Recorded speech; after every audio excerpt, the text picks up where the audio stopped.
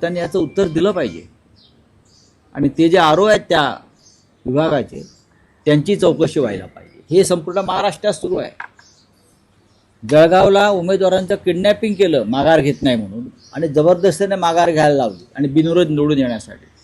ही जी स्पर्धा सुरू झाली या निवडणुकीत बिनविरोध निवडून आणण्याची, ही फक्त धमक्या, पैशाचा वापर, ब्लॅकमेलिंग, दहशत काय करतात राज्याचे मुख्यमंत्री आणि या राज्याचे निवडणूक आयुक्त.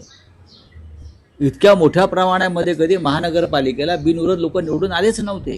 कल्याण डोंबिवली यांच्या बापाचं आहे. कल्याण डोंबिवली मोठे मिरवणुका काढतात विजयाच्या.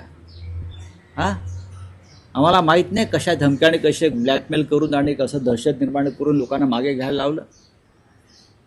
या इथे तर पोपटलाल त्याच्याकडे त्याच पद्धतीने केलेलं आहे सगळं. ठीक आहे, बघू ना, निवडणुका होत